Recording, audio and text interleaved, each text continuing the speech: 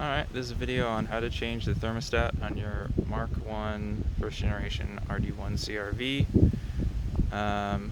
So first things first, you're going to want to change, drain the coolant. You can loosen this plastic wing nut, drains out all the coolant.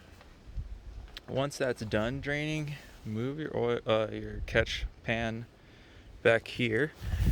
Roughly that spot.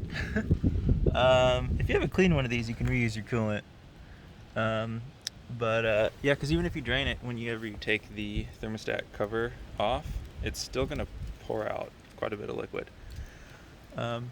So then you got to take off your intake air filter box.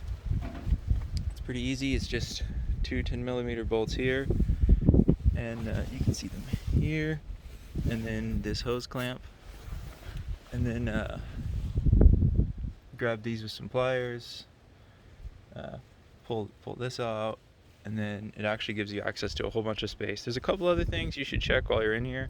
I'll go over that at the end of the video. But the next step is actually getting this cap out. So this is a bit finicky. It's easier in other cars, but it's not too bad with this. So there's two bolts holding it on this upper side, and then the other side's down here. You can't see it until you get it out, but both are 10mm bolts. I took the top one out with a deep socket, and then I took the other one out with a shallow socket.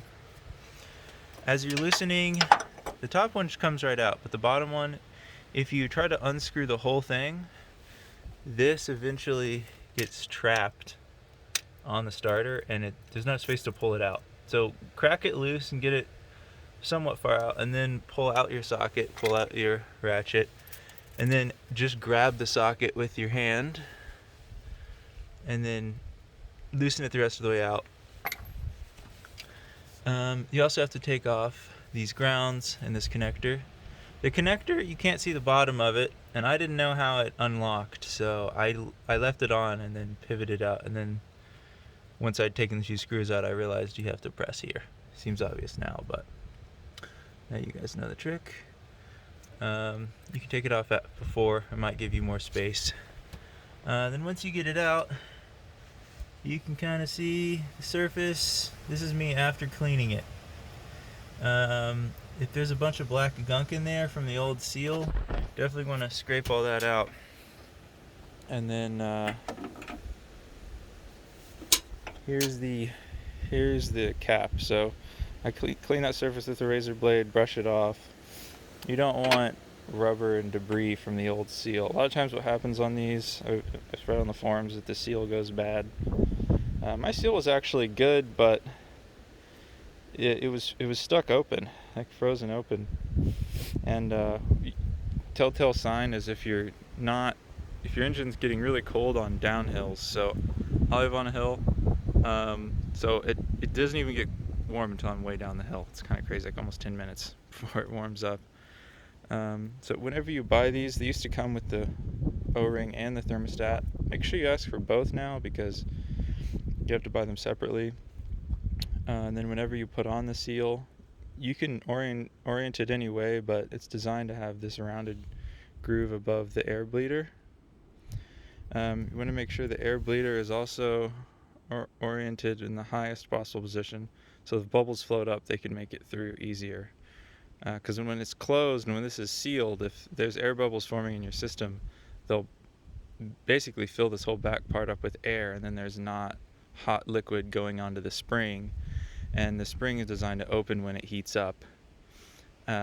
So yeah, you're going to want to let the air through so liquid can come up, open the spring. You can have overheats just from not having an air bleeder functioning properly. It's kind of crazy. But anyway, pop that in. It only goes in one way, alongside in, and then essentially reverse installation. Pull in two bolts, connect the connector, connect the ground. Oh, another thing I did to give me a bit of space is I pulled this off of this, it just kind of snaps on, and then I pulled this guy off of this too to give me a little space, and let me pull this harness out and up a bit. It is pretty tight, but it's totally doable. Once you get that back in, put back in your intake box, connect that back up, close the drain, and then fill your coolant. But so the things you should also check when you're in here, common thing is automatics. The dipstick is kind of awkward to get to, but when your intake box is out, it's easier. Just pull it up.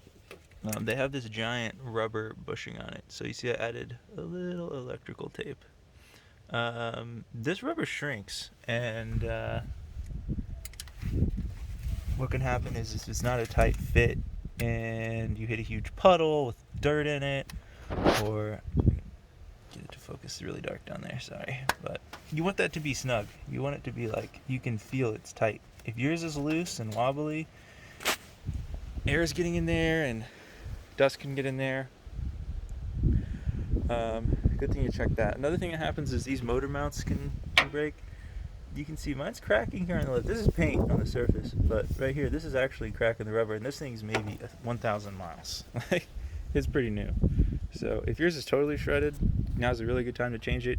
Right there, it's just like 2 really huge bolts, but that's kind of it.